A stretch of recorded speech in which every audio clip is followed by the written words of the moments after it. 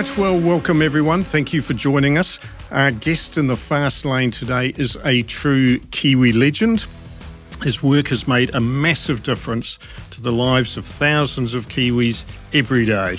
His I Am Hope Youth Mental Health organisation has enabled counselling for more than 40,000 kids and has spoken to 400,000 tamariki in schools around the country. And Gumboot Friday has delivered 125,000 therapy sessions to Kiwis under 25 in the last 6 years. It's fair to say both have been a game changer for mental health in this country. On top of that, he's still fondly remembered by many of us for his comedy and TV work as one of the funniest people around. I'm talking, of course, about Mike King. Welcome, Mike. Hello, Simon. Very what nice. a privilege it is to be the first guest. Couldn't you find anyone good? Well, no, actually, to be absolutely honest, we've been turned down left, right and centre. And Richie wasn't available. Richie couldn't Dan do it. couldn't do it. Who else? I don't know.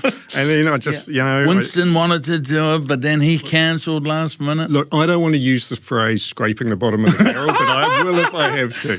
No. Mate, I'm happy to be the bottom of the barrel. I have been the bottom of the barrel for a lot of people for a lot of years and very comfortable there. In all honesty, you were one of the first people I thought of, and thank you very much for saying yes as well. Welcome.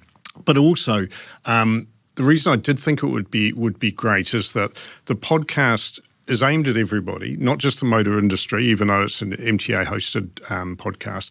And mental health is a huge issue within the motor industry, as it is for a lot of others and the general population. But I know that talking about mental health is something that will click with a lot of the automotive industry listeners. So there is a logic behind it as well. People who are watching this, Simon, are going to be absolutely shocked by what I drive, my family car. You would like have a guess. What do you think my family car? We'll come to that in a minute, actually, because I do have a little bit of a list of questions, Yep. and in fact, that is the first one. So I should say that, Mike, you and I have known each other over the years for quite a while. We've sort of dealt with each other through media and various other things. Well, not only that, your work at the Stroke Foundation was absolutely outstanding. So I'm always happy to support anything that you're involved in. You've got a great heart. Oh, well, thank you. That means a lot to me. And thank you very much, Mike. And thank you also for your support of the Stroke Foundation because, and I think we can probably fit this in a bit later, but I mean, you gave your time and effort and energy absolutely free. You were super busy at the time. This is around 8 years ago from memory. So you were massively busy with I Am Hope at that point. But you still found time to turn up and do photos for us for free and tell your story about stroke and everything, which I was hugely grateful for. So, I think that's missing from society today where organisations are helping each other to grow. Like I've noticed in the mental health space, that it's very territorial. And I didn't realise that you would meet so much resistance from other organisations in the same space. In fact, I was shocked. And it's getting better, but in the beginning it was like, this is ours and who do you think you are? I'll tell you what else sucks is influencer culture. Like you gave your time and effort to Stroke Foundation for free. Miriama Carmel, who is somebody else who I have a lot of time for, she did exactly the same. Yeah. Even when it was her image all over the side of Stroke Foundation, blood pressure vans and all that sort of thing, she didn't charge a cent. Now, the first question that a lot of people think today is if you're going to get a big name to do something, what are they going to charge, right? Because it's all about their followers and they will demand X amount of social media posts and all that sort of thing. And I just think, oh, man, where has the goodwill gone? Where people will support a good cause for nothing. Completely disappeared. Yeah. Everything has to be monetised. Yeah. Everything has a dollar value. And that's the same in our charity. People go, everyone thinks that our charity got $24 million from the government. We gave the whole $24 million to counsellors and we cover all the costs, but no one wants to hear that story. Yeah. They just want to hear that Mike King's got $24 million and he's buying private jets and flash cars. We don't have any flash cars in our house. So, there is this Yeah, it's a different world from when I grew up. The most valuable thing you can give to people is your time. But now time is money. Yeah. Time is money. And everyone's got their hand out for it. Yep. So, obviously the 10 grand that we're giving you for today is going to be money well spent. Well, I gave you the discount. Disclaimer, Mike is appearing completely free of charge. Obviously, I'm sure everybody has worked that out for themselves. But look, thank you very much again for turning up. And we're really looking forward to having a chat about things and what the future holds for you, because I know some interesting things, exciting things are happening for you in the future as well. So, as I say hello, we do know each other a wee bit through media, the Stroke Foundation and other sort of avenues. There's still a lot I don't know about you, and probably a lot that our audience don't know about you. So given that this is the Motor Trade Association podcast, let's talk about a few things to do with cars, and then we can get into the more grunty, meaty stuff of what we want to talk about. So you alluded before to your family vehicle. You want me to have a guess at what you're driving?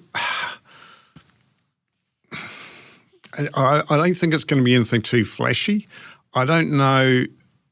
I'm going to say... Want a hint? Give me a hint. It's a hybrid. What? Yes, hybrid. Modern man. Modern man. Plug-in hybrid? No. Right, then I'm going to have to say Prius. Prius. A Toyota Aqua. Wow. Go you. A Toyota Aqua. Before that, we had an American V8 with a huge Hemi engine. Right. And just decided one day that what was I really driving that for? Because I wanted people to look at me. Yeah. Was it practical? No. Would cost a week's budget just to start it up. So one day we just went, let's just throw all that out the window. What do we need? And so we got a Toyota Aqua. Do you miss the old? No, not at all. Like it's an A to B car. Right. Cars are from A to B. They're supposed to be practical. At work, I have a work car as well. TR Trucks supply our trusts with cars. And so I've got an SR Holden that I drive for work. But on the weekends, me and Mum, we're in the little Aqua. I have to say the Holden... I live in South Auckland, and it's really hilarious because I've got a white Aqua. So, many's the time people are waving me down. I'm going, I'm not an Uber. I'm not an Uber. Yeah, no. We just need that little red sticker that goes in the... Why? I've never understood why people put that sticker on there. What purpose does it serve? No clue. You by the time you're in the car, you can't see it. Yeah. Is it information you really need when you get into a car that you can't open the door from the inside or whatever it says? I've never understood the reasoning for that. It's very strange. There's no point of jumping from an Uber because you've already paid, you moron. That is true. How long did it take you to get the hang of using an Uber? I still don't like using an Uber. I'm old school. Yeah. So I was like, grumpy old man, taxis for me. Very easy now. Yeah. I mean, it's just cheap. And again, it's getting your mind around this is A to B. Yeah. So I could still turn up in a corporate cab, a long Falcon with a guy dressed up like a chauffeur, and pay way above the rate, or I can be dropped off by my lovely ethnic driver at the airport and cost next to nothing. Yeah. Are you a sort of technology guy when it comes to phones and apps and what suggest? No, please. Like, my job is still trying to get me onto computers. Right. I run everything off my phone. Yeah. My office is my phone. My notebook, I use ChatGPT to I write out my response, and then I'll get it to, whether it's like I might say. I did think you were being a bit more articulate. Yeah. Well, so one of my big ones is, literally tell them to go and shove it up their butt. And I'll put that in, and I'll go, reply in a high-level way, and then it'll come up with da-da-da, beautifully, even with the ngā mihi at the end. Wow. So, I find them very handy, People say, I use ChatGPT. Yeah, but I write it. Right. I don't just put something in there and then copy and paste what it puts in there. Yeah, that's right. Main thing it's given me is structure. Right. It helps me structure something properly. whereas mine is just a garbled bunch of thoughts, like what's in my head, and it just gets dumped on a piece of paper. So it gives me really good structure. It's a great PA. It is not an expert in anything, but it's a great PA, and it just helps me formulate things. And and I was in the executive director role, so I had to look like I knew what I was talking about. And the other thing it's really good for is complicated contracts. Oh yeah, it makes I sense. use it for complicated contracts. Give me in layman's terms what this dude's on about. And bam, it comes back and it's like, oh, okay, I've got an understanding now. And now I can actually read it with this knowledge in my head and go, oh, okay, so it's not so complicated anymore. Are you one of the people that sort of probably after our time, but worries about what AI will do for the world? I think we are in at the perfect time with AI right now. It's kind of like the beginning of social media, Facebook. It's being used as a connection, and it's being used for good. But it's going to destroy the world, but it's a cheery prognosis. But I'm 63. I'm nearly dead. So what do I care, Si? Mind you, talking about social media, and again we'll touch on it later. But while we're on the subject now, do you wish social media could be uninvented? Like with all the problems it causes for young people, do you think it's something the world would be better off without? You sound like my dad. When bloody telephones and bloody TV, bloody lead, bloody Zeppelin's going to destroy the world. Yeah, thanks for that. But you know what I mean, though. Well, so look. The problem with our generation is we're living in a world now where it's easier to point the finger at something else than look in the mirror and go, what role am I playing in the demise of our young people's lives? And I've done a lot of work in this area. For example, people always say to me, the number one problem with social media, with mental health of kids is social media. Okay, what do you mean? Well, it's causing eating disorders, it's causing this, it's causing that. So, like, I had a chap last night say, eating disorders. And I'm going, well, I've got the data, and did you know kids are reaching out for help around body image and eating at 5. Right. And a 5-year-old a kid doesn't wake up at 5 and go, oh, I've got an eating disorder. Oh, so it starts at 3. No kids on social media at 3. So now you've got to look at it from an environment point of view. Yeah. What's going on in that environment? And, you see it all the time. Simon, put the cake down, darling. You've already had one piece of cake. You don't want to look like mummy, do you? Right. Or dad's going, oh, look at that silly cow. Look what she's wearing. Oh, my God, does she not look in the mirror? And our kids are little sponges. Yep. So they're hearing this all the time. And you know what? We just, one is trying to help the child. The other one is making a joke. What's the child hearing?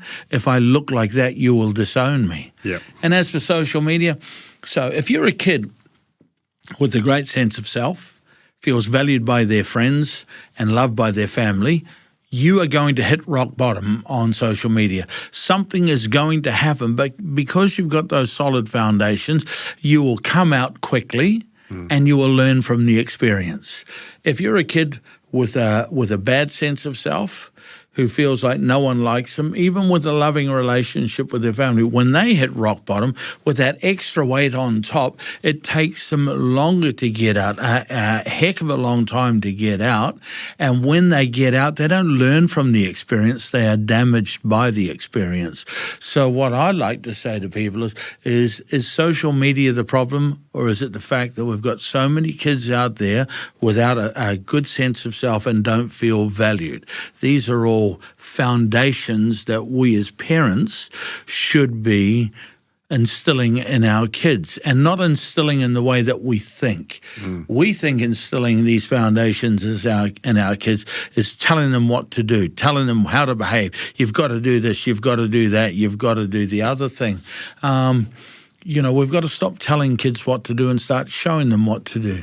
And start listening to them as well. Well, parents come to me all the time and they go, my kid won't talk to me. What's wrong with my kid? Yeah. Look in the mirror. Yeah. Yeah. All right. Well, look, we're jumping ahead. Fascinating stuff, and we'll come back to it. Let's just stay with the quick little sort of intro stuff, if that's cool. The aqua. but what's been your worst experience behind the wheel, or should I actually say the handlebars? Because you are an ex-motorbike. fanatic. I've had 3 near-death experiences on bikes. The first one, I rode into a strainer post at 80 kilometres an hour. Ouch. That hurt. I was under the influence at the time. I broke my back, burst my carotid artery, had a stroke a week later over in Melbourne. The second one was a couple of years ago. Someone cut me off on the motorway. I just pulled out in front of and the car in front of me stopped. I had nowhere to go. I dropped the bike and skidded along Kuiper Pass, the Newmarket flyover of the Southern Motorway. And then 2 weeks later, I dropped my Victory on the way down to the holidays, just out of Pyro. Ended up getting heli-vaced into the hospital, nearly died. It was my wife's made me sold all of my motorbikes, and I am now allowed a 50cc Suzuki scooter, which is enough. So, if you were a cat, you'd be down to 6 lives. Yeah, and that were all my fault. I blame no one. Yeah. Even the car coming out, I'm responsible. I should have been more aware. That's probably a bit hard on yourself, but... Well, you're a motorbike rider. You've got to be aware. You've got to be aware all the time. Anything could happen, and I let my mind wander for a split second and got too close to the car in front. When he stopped, I was done. Yeah. Wow. So, no, these are all great exercises and learning and changing behaviour. Character building. Yeah, very. Yeah. All right. Quickly, go. Have you ever been in trouble with the law? I lost my license for demerit points. I have a need for speed, or I did. So I lost my license, and then I got caught riding my Harley Davidson without a license while I was disqualified. Now, that was in 2012. At the time, it was the worst thing that could have ever happened to me. But out of that experience, I got 200 hours of community service, and I used that speaking in schools, and it changed my life completely. Fantastic. Absolutely changed everything. And that's when I went on this talking to kids in schools about my journey with my overactive inner critic and body issues and all of these different things, alcoholism, drug addiction. Suddenly it just opened up a whole new world to me. Your life really is a succession of silver linings, isn't it? Yeah. You've gone through some experiences that probably would have broken a lesser person, but you've actually always been able to convert that into something positive. Fair comment? Well, you have to. I mean, the problem in the world today is, everyone thinks the world owes them something. The world owes you nothing, my friend. It owes you nothing, and it's how you rise up and you face adversity. Now, I'll qualify that by saying my wife Joanna has been the pillar that's kept me up. When I gave up comedy and didn't earn any money for 3 years except from the appliance shed where I was advertising for them, no one would hire me. The pork thing had gone down. I couldn't, my television career was over, and I had nothing, and I was at rock bottom, and my wife just said, get up. We're on a mission. We've got something to do. That's awesome. And so, without her, I wouldn't be where I am today. And I say this to men all the time. When you're advancing on something new, take your family with you. Because if you don't take your family with you, if you don't succeed, you get blamed. And if you do succeed, I don't feel part of it. So, I'll look at you. So there's resentment either way you go. Yeah. So you've got to take the people that you love with you. And it's really, really, really important. And they'll support you through the highs and lows. And that's what my wife's done for me. Yeah, that's awesome. Yeah, it is really important. I think that's a very good message for anybody from any walk of life, actually, is that, don't choose that career path over your family. And it is very easy to get sucked into that. Oh, it's the same for everything. When you go to buy a car, take your wife with you. She's going to be in the seat 50% of the time. So, don't just, I want to go and buy this and she's going to like this. You can still buy that car. Just convince her that that's the car she wants. Yeah. So, but just on a light-hearted note, really, but are you okay with being driven? Or are you somebody that always has to drive? I always have to drive. I hate being driven. I drive, but my wife's a passenger breaker. I don't know when to stop unless she tells me. I'm not aware that a car 500 metres in front of me is about to slam on his brakes until she tells me. So there's a cyclist in the lane. Yeah. So when I'm in the passenger seat, I've got a bad habit to go, stop, and she gets furious. I'm going, well, welcome to my world. Yeah, exactly. No, I don't mind. My wife's a good driver. But yeah, I'm on the road. I'm with Rick Wells at the moment. Everyone knows I drive. Right. I'm a sober driver. I drive. Yeah, no, very good. All right, a couple more quick ones. Who would you swap places with for a day, first of all? And secondly, what would you say to Christopher Luxon or Chris Hipkins or even Donald Trump, for that matter, if you had the chance to over a coffee or something like that? Who would I like to be just for one day? It'd be good to be Donald Trump, just so I can stand up in front of the world media and apologise for everything I'm doing. That would be great. Yeah. What would I say? What would I say to Chris? Just keep doing what you believe in. Keep doing what you believe in. You were voted there to do something. So keep doing what you believe you're doing, and if people find it worthy, they'll vote for you again. The problem we've got with our political system is, we'll get a government. At the moment, we've got a blue government and a green bureaucracy. So there's always tension. What I think should happen is, same in America, when a new political party gets voted in, then all the heads of the departments or the ministries need to reapply for their job. Yep. So, for example, if the Greens get in, heaven forbid, but if they get in, and if they've got the mandate for the people, they should have the bureaucracy in there to actually put in place the things that they wanted to do, rightly or wrongly. Yeah. But they should be empowered so we can see the true effect of what they're trying to do. In this country, it's always the same. We promise 5 things. By the time we get in, we can make good on one promise, and then you're trying to get re-elected again. It actually makes a lot of sense when you say that. I think a lot of people don't realise that a new government inherits a lot of the infrastructure from it's the same with our mayors. A mayor's got one vote, just like a councillor. But when you look at a mayor, the mayor runs our city. No, they don't. A bunch of people who, from different walks of life, have all gathered in there and suddenly all want to change. And they just sit there yelling at each other all day. I know. I was talking about this with somebody the other day, actually, and they were saying, who do I vote for as mayor? Which one will give me will reduce rates or increase rates? None of them. And I was like, yeah, none of them. To be absolutely honest, there is no point voting on that basis, because even if they say they will, it is not their decision alone to make. Well, there's some things like we're politicising councils now. I'll vote Labor or vote centre-right. What are you doing? Yeah. You're already running the big part of the country, and I say that, if a mayor gets elected, he should have a team there behind him to give him the deciding vote. There should also be those other voices, but he should have the deciding vote. Have you ever thought of or been approached for a political role? Yeah, I've thought about it quite a bit, and my wife said, H to the E to the double L, no.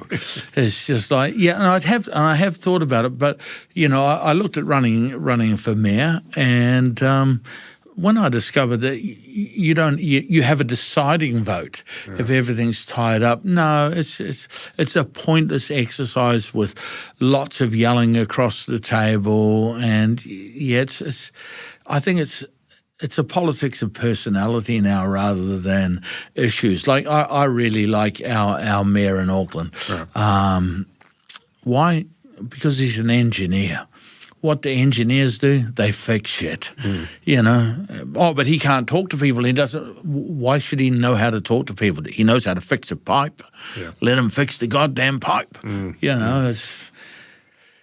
There's too much politics in council now. It should be about the people. And who are the people? The homeowners, the people, not the renters, the homeowners. We're the ones that are paying the rates. We're the ones that are paying the council wages.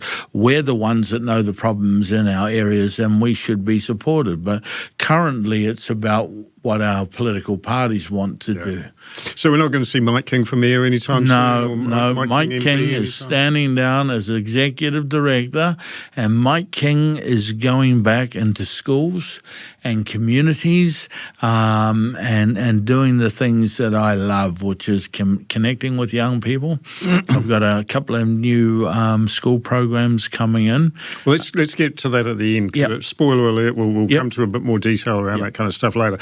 But look, when you look back on everything you've achieved and what you've done and where you've got to, I mean, it's been one hell of a journey for you. I mean, do you ever look back and think, how did I get here? Yeah, it's an odd world. I mean, I started out as a chef at 15, got my London City and Guilds at 18. I joined the mongrel mob. Then I got into trouble there, and I didn't want to go to jail by going down that road, so I joined the Merchant Navy. I was there for 9 or 10 years, and then I decided I wanted to be a comedian. I'd always wanted to be a comedian, but I executed on that. So that was a massive career in entertainment and on telly, and then to go from and then getting into the drugs and the alcohol, and then finally turning down this road. I mean, it's been a journey. Well, and let's start with the journey in terms of the mental health and your own personal dealings, not only with mental health issues, but alcohol and addiction issues and all that sort of thing. So I think from my research, this all started on April the 1st, 2007. Now, that's a date that I think is quite significant for you. Yeah. Can you tell us about that? So my issues with drugs and alcohol started when I was really young, around 12 or 13. I was an introverted kid who was 4'11", buck teeth, big ears, rubber lips, had a massive head. So I had major body issues. But I was really and I was a late developer, so I didn't know how to talk to girls. So alcohol gave me an outlet where I could talk to someone or a girl, and if I made a mistake, I could go, I was drunk. And so the drugs were there all the way through. Alcohol was there all the way through my life. And then, as a kid, I always dreamed of being famous at something. And I believed that if I got famous, then all my self-doubt would disappear, right? Because everyone loves famous people, and famous people have money, and money is choice. And then when I got famous, instead of these Golden Gates opening at a massive ticker tape parade and everyone calling my name, these gates opened and there was my big head going, you're still a loser, you're still an imposter, and wait till people find out. Now, it's kind of like, when you win lotto and you think your life's going to change and everything's going to be better, and then suddenly you hit that realization that the thing that was supposed to make everything better didn't make anything better. That's where the drugs and the alcohol really took off. And it got to the point where I was just mercilessly putting myself down, living in my head all the time, suspicious of everybody, but I also needed everybody. So, I'd be the one buying all the alcohol, buying the drugs. I'd buy friends. I just had this insatiable need to be loved. And eventually it all just caught up with me, and I attempted to overdose on cocaine in Hong Kong, and while I was unconscious, then my then 8-year-old daughter came and sat on my chest. Obviously, she wasn't there, and was just going, "What are you doing? We need you at home." So, wow. April 1st, 2007, April Fool Day, I got back from Hong Kong. I fell out of a plane. And decided that was it. I was going to give up drugs. I was going to give up alcohol, and, I'm going to turn my life around. And that was a very shaky journey, I mean, you believe you're never going to have a good day. You've used all your good days, Yeah. How can you have fun without drugs and alcohol? So it was like, it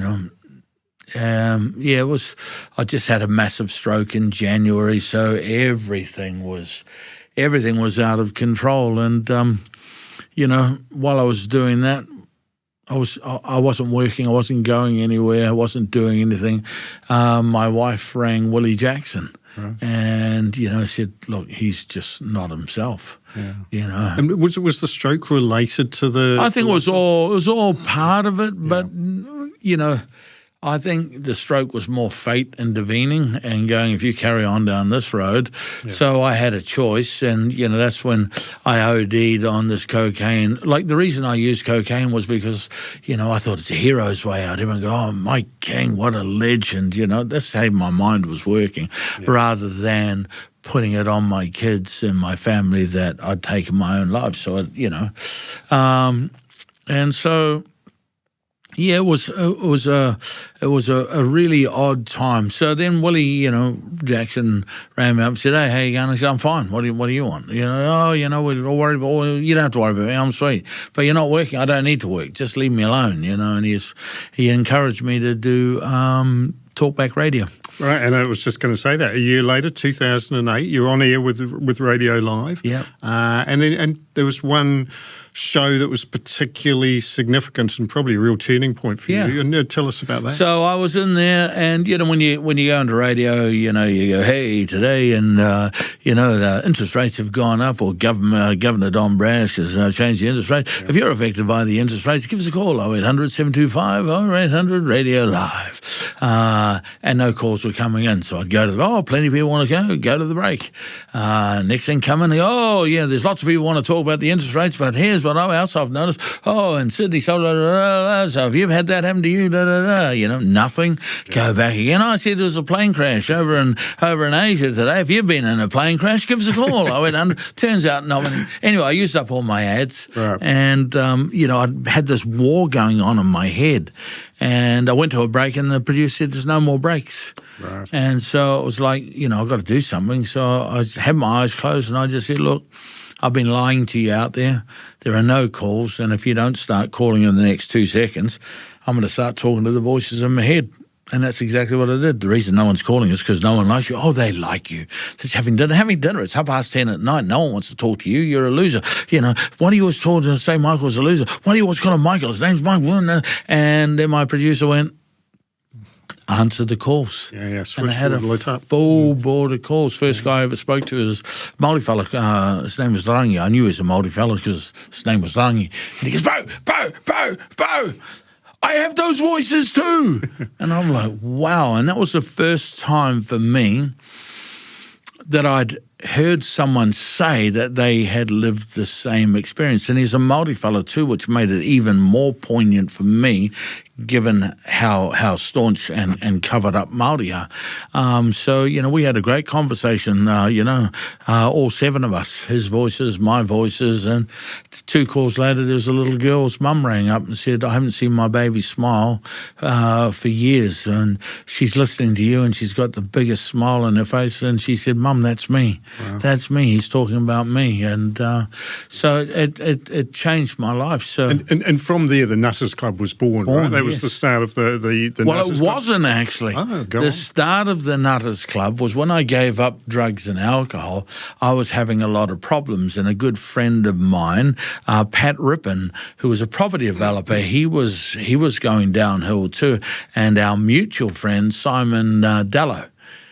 We used to meet every Friday, and I'd whinge about the world and why the world owed me a favour, and Pat would whinge about how the world owed him a favour, and Simon would sit in the middle and, give us a different way of looking at our problems. And we used to meet every Friday, and then one day after 6 months I said, what day's the Nutters Club meeting next week? And that was the name that stuck. So the original name came from me, Simon Dello, and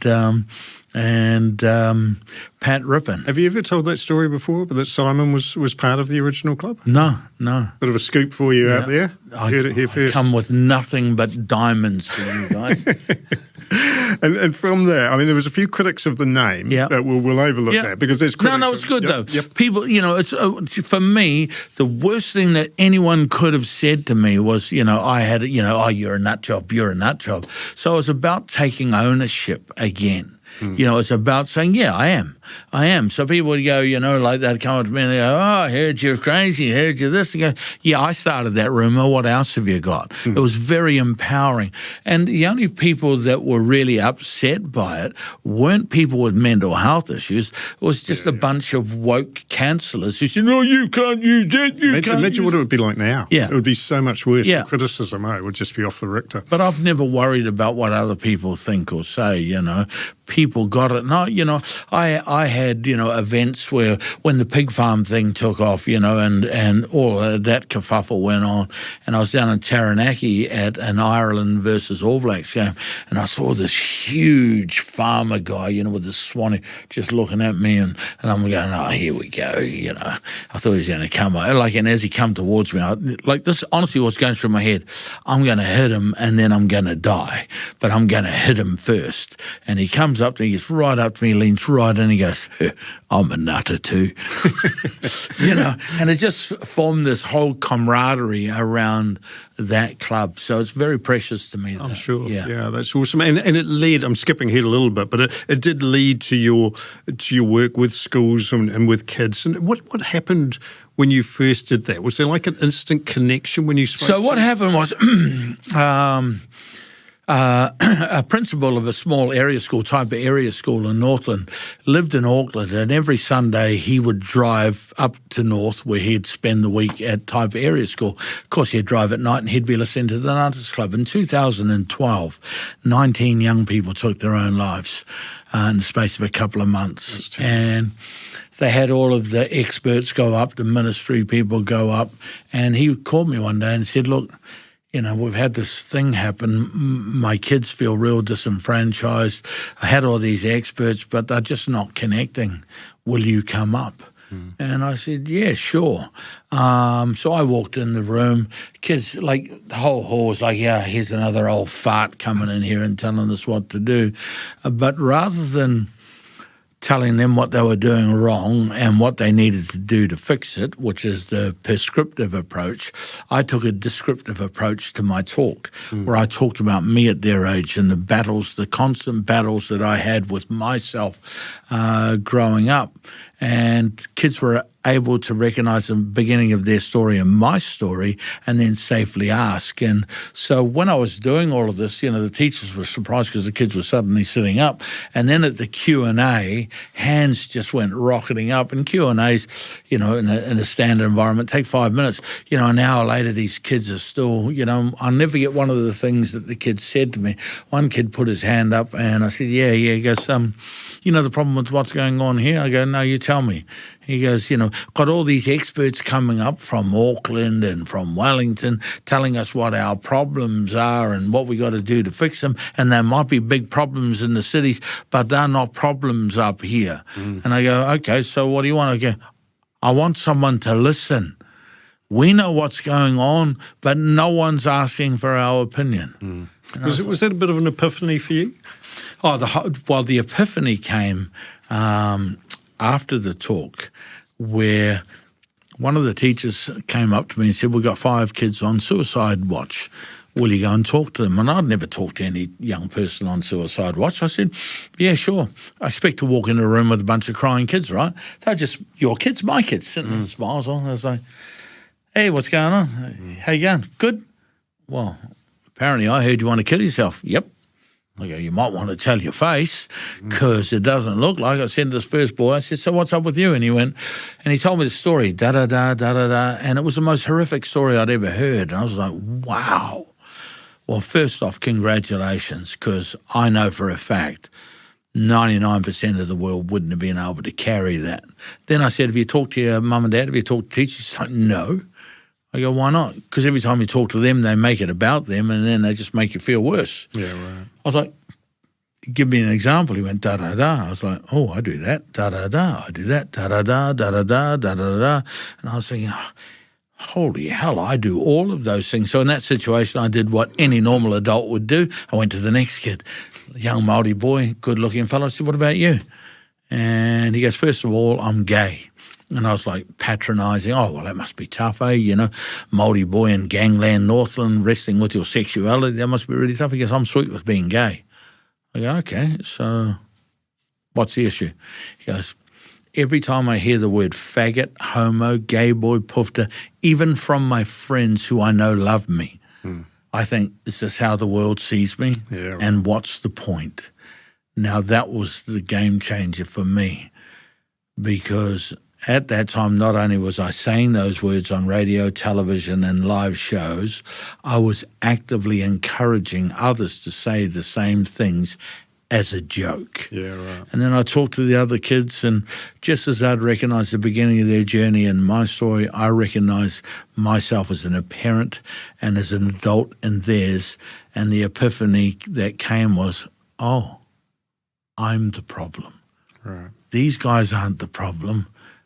I'm the problem. Yeah. My generation is the problem. And that's when I knew I was on the right path and I knew I had to do something, but it involved listening. Lots and lots of listening. So I'd travel around the country for free. I'd visit schools from Cape Reinga to Bluff.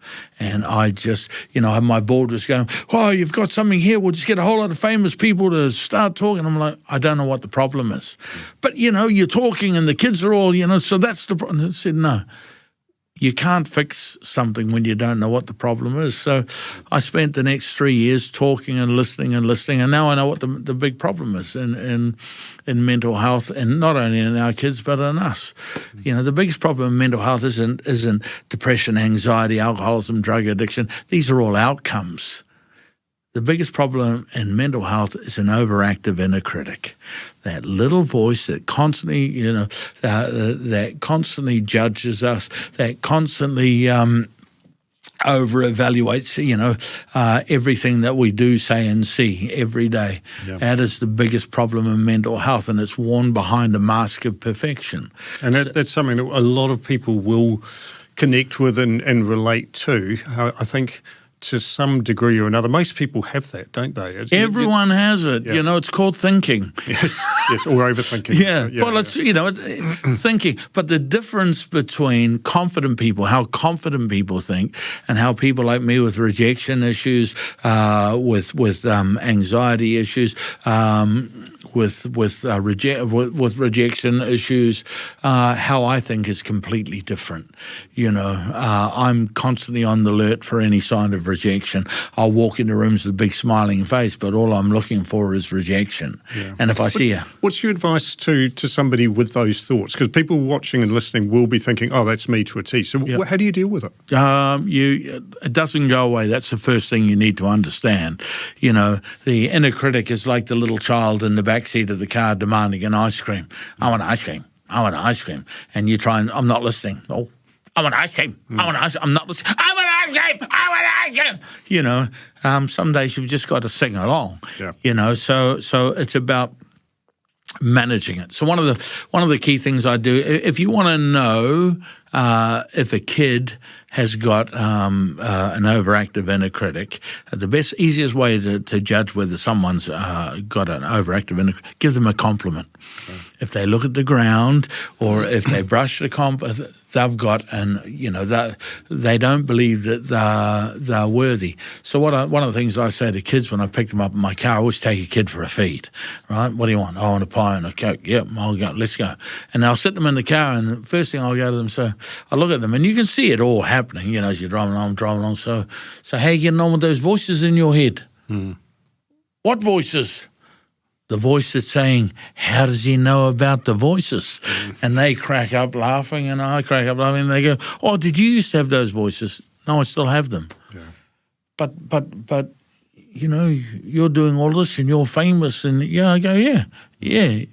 You don't. So what do you do? You manage it. It's part of who you are, and once you accept it's part of who you are and it's happening to everybody else, that's when the magic happens. So it's normalizing, but in order for it to become normalized, our generation, we have to take off our masks and show our kids how to talk about emotions.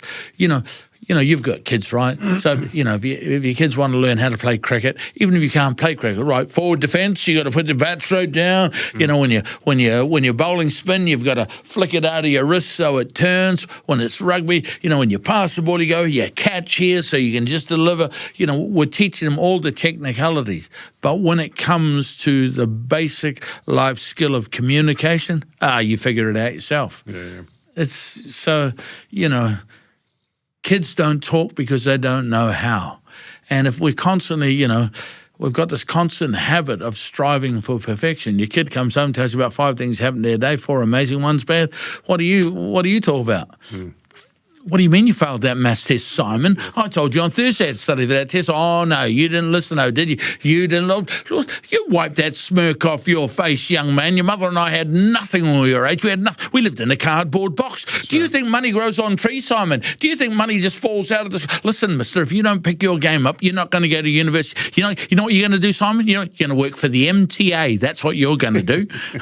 Well, that one came true. Hey, look, I know your time is precious, so let me just skip through a little bit of a summary here. Jump in if I've got anything materially wrong. First of all, I didn't actually realise that kids gave you the name I Am Hope. Yeah. I don't know if people out there know that, but that was something that was very interesting for me. It came from so when you're dealing with suicidal kids, one of the questions I ask them is, why don't you ask for help? And their thing was, we don't know who's safe. Yeah. I was like, so what should we do about that? And they said, let's invent something that represents safe. So they came up with this wristband with I Am Hope on it. And as soon as they said, this is our idea, I am hope. And I'm like, well, that's a bit arrogant, isn't it? Shouldn't that say you are hope? And they're like, no. I go, why not? She said, if I'm suicidal and I see a wristband that says you are hope, I'm going to think, well, I'm screwed. What's the point? So I am hope. And I said, so the point of this wristband was, if anyone is wearing this wristband, I am someone who will listen without judgment. I can't fix you. I'm not qualified to fix you, but I can sit here and listen. And if you want to get help, I can go with you to get the help that you need. So that's where that came from. Which is a great message, and it's become basically a household name now. I noticed Leroy Carter was wearing his I Am Hope wristband on Saturday. Sensational. Shame about the result, but well played that, man. And some very scary numbers from your talks with students. 40% of young people would experience suicidal thoughts before they left school. Before they leave school, yeah. Exactly. 80% would never tell people. So people find that the 40% number really scary. But 99% of the people listening to this podcast, whether they want to admit it or not, we've all had a suicidal thought. If you haven't left home questioning life, at least once you need to get out of that marshmallow. The scary statistic is 80% of kids who are suicidal and 80% of people who are watching this podcast who are suicidal never reach out and ask for help. Why? Because they're worried about what society will think, what society will say, and what society will do. Yet what's our message to people who are struggling with suicidal thoughts? Hey, reach out and ask for help. It's It's an oxymoron. That's like saying to someone who's scared of sharks, hey, swim across shark-infested waters till a dolphin comes along. Yeah. And why do we continue to put pressure on our most vulnerable to make the first move? Shouldn't the message be, what are we all collectively doing to make it okay for young people to reach out and ask for help? Very good point. Yep. The next big development, Gumboot Friday, which has been incredibly successful. Yes. Finally, in 2024, government gets with the program. Did it annoy you, the noise around funding that came at that point? It should have been great news, and somehow it got flipped. And it's still not great news to certain elements in the media and on the left. On the left, there are so many people out there that go, "You've given the National Party an out. You've given the right wingers an out. You should have rejected their money." I did reject their money. I gave the money to the kids. Every cent of that money goes to the councils, and I cover the cost. And it's had a material effect on my organisation. So in October last year, when it was announced, I had 19 staff. I've got 8 now. Am I moaning about it? No. I've lost 11 staff. Whoop-de-doo.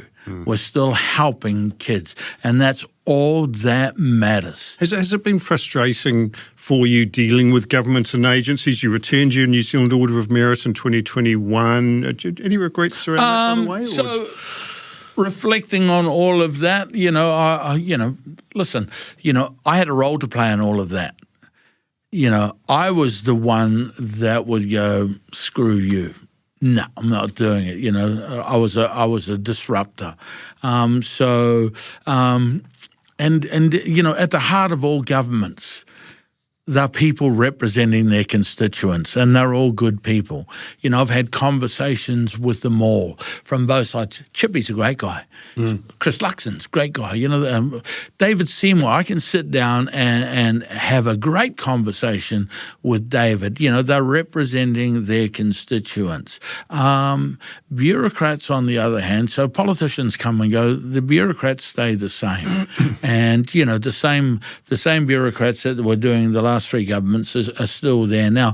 But even that's changing, So things are changing, but it's time for me to step out of the way to get rid of all of that past nonsense and let someone come through and take it to the next level. And just before we talk about that, let's come up with some practical advice here, because mental health touches everybody in some way or another. Alcohol and drugs touch a vast number of New Zealanders in one way or another. Can you give us some practical advice for people who are listening and watching? First of all, in terms of their own mental health, and secondly, what about the younger members of their family? What's your advice? What's the practical things that somebody can take away? The most important thing that I can say to anyone, male or female, who is carrying issues is inform your partner. Inform your husband, inform your wife, inform your partner. Why? There's only one thing worse than having a mental health issue, and that's living with someone who has a mental health issue who is in denial. So you've got to talk to someone and let them know. Like my wife knows when I'm sliding down before I do. And, she'll, you've been taking your meds, and so we know, and I can go to her and go, hey, I'm just going to go to bed today. Are we getting better at talking about it, New Zealanders as a whole? Because that would be a great legacy for you, wouldn't it? As if you'd actually got people changing. We think we are. We think we are. But again, we're living in a world now where it's easier to blame someone else for what's going on rather than looking in the mirror. Like, for example, when you asked me that bureaucrat question, and politician question, 5 years ago, this and that and that. But now I know that, I've had a role to play in all of this as well. And when I look at it fairly, I have been a bit of an ass to work with at times. My intentions were always good, but just because your intentions are good doesn't mean what you're doing is good for the other person. So it also doesn't absolve you of being an ass. Yeah. That's the other thing that you learn later. Is that at the time you think, well, I'm entitled to be a bit of a pushy prick about this because it's really important. And you buy into that and there's some truth to it. But later on when you sort of reflect on it, you kind of think, maybe there was a different way to skin that cat. I didn't actually have to be that abrasive, right? Well, it's probably a good way to wrap this up. I'm 63 years old. I've had 2 strokes. I've had 2 heart procedures. I've run my marathon. I'm now in the stadium for the last time. I'm waving to the crowd. I'm not sprinting to the finish line, I can tell you that right now. It's a victory lap. You don't have to sprint. But I've got so much to be grateful for now, and all of those things that I carried for years and years and years were just anchors to my happiness. They just happiness was up here, but because I was carrying all of that stuff. And before we just wrap up with that, we didn't quite get to the practical advice for younger members of the family. So let's talk about that very quickly. I've got no advice for younger members of the family. Absolutely none. Because everyone's giving them advice. Right. What I would say to parents, listen. Yeah. Stop dictating. Listen. The most valuable thing you can give to your child is your time. Stop telling your kids what to do and show them what to do. When you get home from work, dads, your child knows when you have had a bad day. But if you're not telling them why you've had a bad day, they'll make it about them. Dad, how was your day? Had a terrible day today. I yelled at the boss. I don't want to talk about it. Go to the fridge, get me a beer. I'll be on the couch. Now your child's walking to the fridge going, what's wrong with Dad? Every time I come home, he's always upset. I should have scored more tries. I should have passed that maths test. I should have done this. Yet a simple conversation. Dad, how was your day? Had a terrible day today, mate. I yelled at the boss. But how is it that you always know when Dad's having a bad day, son? Come here and give me a hug. You're an amazing kid. Thank you for all your support. Now go to the fridge, give me a beer. I'll be on the couch. Now your child's walking to the fridge going, I helped my dad. And you have given them the most valuable lesson in life, which is when you have a problem, share it with someone you love. You've made your child from, like I said, thinking they're the problem. Now I'm the solution. I helped my dad. And if you want to take it one step further, Simon, ask your child what they would have done in that situation. Son, what would you have done in that situation? Really? I'm going to try that tomorrow. High five. Next day you come home from work and go, son, I took your advice. I punched a bastard. Now you're going to have to find a job, son. Indeed. What's the best way quickly for people to support Gumboot Friday? So you can go on to Gumboot Friday is go on to the website, gumbootfriday.com, and make a donation. Really, really simple. The other best way you can help Gumboot Friday is let your kids know it's there. I have got 800 counsellors online. If you feel like your kid wants to talk to someone about a little problem before it becomes a big problem, go to the website with them. And the most important piece of advice ever, let them choose. As parents, we choose on qualifications. The more qualified, the better it is for my child. Children talk to who they feel comfortable with. And it might be a child play therapist, whatever. Just ignore their title and go with your child's choice. Very good. Now, right. What does the future hold for Mike King? As we speak, you have just sold your house. Yep. Tell me what that means for you and what that means for your work. I am moving to a little island in Auckland, which shall remain nameless. And me and my wife are going to spend some quality time with each other.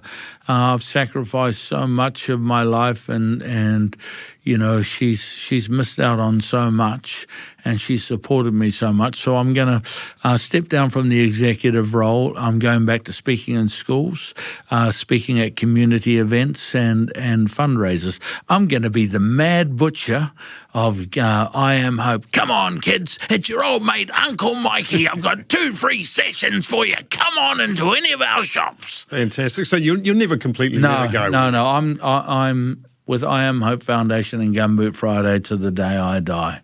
I love it. It's just everything to me. That's fantastic. Look, thousands of New Zealanders will be grateful to you for the work you've done. It's truly amazing. I said at the start, it's a game changer. You have been the game changer. I wish we had more time to talk today because there's a hell of a lot of stuff that would have been great. Oh, we can come back. You can come back. And always come back. Well, we had all that problem finding someone to come on here, so we might need you actually. But Mike, it is absolutely fantastic, mate. I really appreciate it. It's great to see you. Keep up the great work. Well. MTA for life. That's right, exactly right. Excellent. Look, well, thank you everybody for listening and watching. I hope you have found that interesting and educational and useful and just downright entertaining. I certainly have, and I'm very, very grateful for everybody for spending an hour with us.